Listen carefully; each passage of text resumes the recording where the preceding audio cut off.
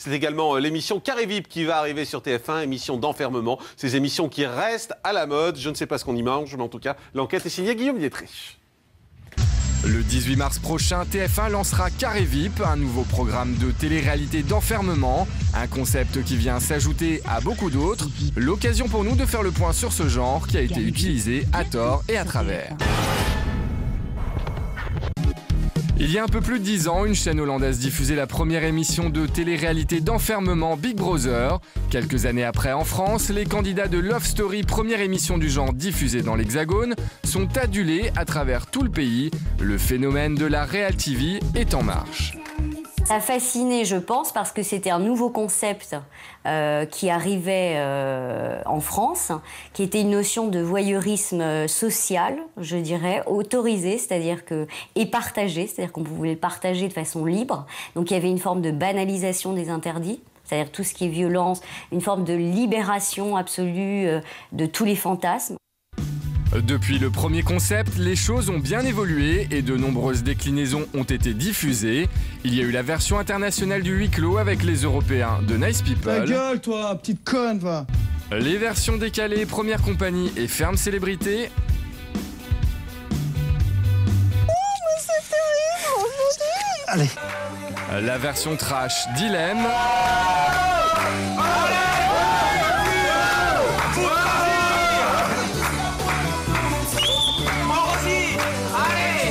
Ou encore la version cachotière Secret Story. Dans Secret Story, chaque candidat doit tenter de dissimuler son secret tout en essayant bien sûr de trouver celui des autres habitants. Et le secret de chaque candidat a une valeur de... À chaque fois, les téléspectateurs assistent à des séquences de vie quasi identiques. Une bataille de tarte à la crème. Ou bataille de crottins, on pourrait presque confondre. Enfoiré. Ah, le bâtard. Ah, l'enfoiré. Regarde, aujourd'hui. Vous l'aurez compris, même si l'emballage du programme peut changer, le ressort utilisé pour faire fonctionner la mécanique est quant à lui toujours le même, le voyeurisme. Assume devant lui maintenant. Oui, j'ai dit. On peut rester manquer de respect. J'ai dit quoi? J'ai dit quoi? J'ai dit quoi? J'ai dit quoi? J'ai dit quoi? Pourquoi tu fais flipper ou quoi? Le voyeurisme nous permet du coup d'évacuer en fait toutes nos douleurs, toutes nos angoisses, que ce soit des angoisses d'abandon, des angoisses de séparation, des angoisses de solitude, des angoisses autour du quotidien. On va projeter beaucoup plus facilement ces angoisses, ces pulsions qui ne sont pas forcément autorisées par la société et que les médias donc nous rendent plus facilement accessibles. Ce voyeurisme qui sommeille en chacun d'entre nous, c'est ce qui a permis à toutes ces émissions de trouver un certain public à chaque fois. Mais pas sûr que la mécanique fonctionne encore très longtemps, la lassitude des téléspectateurs pourrait rapidement prendre le dessus. Alors avec nous pour en parler, François Viaud, bonsoir, merci d'être avec nous. Vous êtes le directeur de la rédaction de Télé TNT Programme. Est-ce que 10 ans après, ça va continuer à marcher, ces télés d'enfermement, avec en particulier Carré VIP qui va arriver ? Bien sûr, là vous parlez de lassitude sur ces programmes, mais alors citez-moi un programme sur la case de 18h à TF1 qui atteigne aux alentours de 30% de part de marché sur la ménagère, là où les jeux atteignent péniblement 20%. Il n'y en a pas. La télé-réalité d'enfermement, Secret Story, ça a fonctionné. Mais qu'est-ce qui fait que ça marche là? On parlait justement de voyeurisme, on avait la psychiatre qui s'exprimait, elle disait c'est du voyeurisme, c'est qu'on aime regarder par le trou de la serrure en fait. Oui, mais la télé-réalité, c'est comme tous les programmes, elle a évolué. C'est plus la télé-réalité d'enfermement basique comme au départ. Il y a des codes narratifs qui ont changé. Tout a évolué.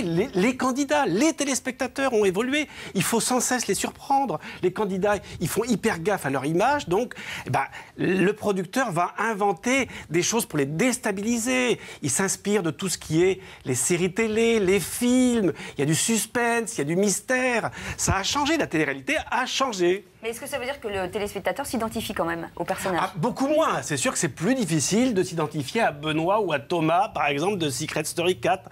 Mais bon, là encore, le téléspectateur, il a besoin d'être surpris. Et c'est pour ça qu'on voit quelquefois des candidats qui sont limite trash, voire au-delà du trash. Ouais. Mais qu'est-ce qui peut surprendre encore le téléspectateur dans ce type d'émission? C'est quoi? C'est la violence? Pas forcément. Regardez, Carré VIP, ça va être le décor fabuleux. Enfin, il y a que des barges quand même quand on on voit les gens qu'on nous annonçait, c'est des gens qui sont complètement hystériques, qui vont se mettre sur la figure. Oui, peut-être, mais au départ, c'était dans des Algeco, Big Brother. Dans des Algeco, là, ça va être carrément un palace avec des suites. On regarde pas un décor quand même.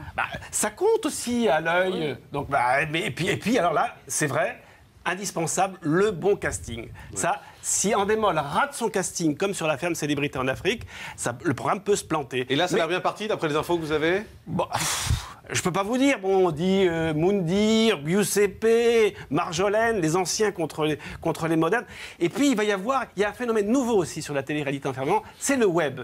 Et là, avec Carré VIP, le téléspectateur va pouvoir agir sur le programme. Alors, je ne sais pas par quelle méthode, mais en tous les cas, ça va être probablement assez nouveau et novateur de ce côté-là. Merci beaucoup François Vieau, directeur de Télé.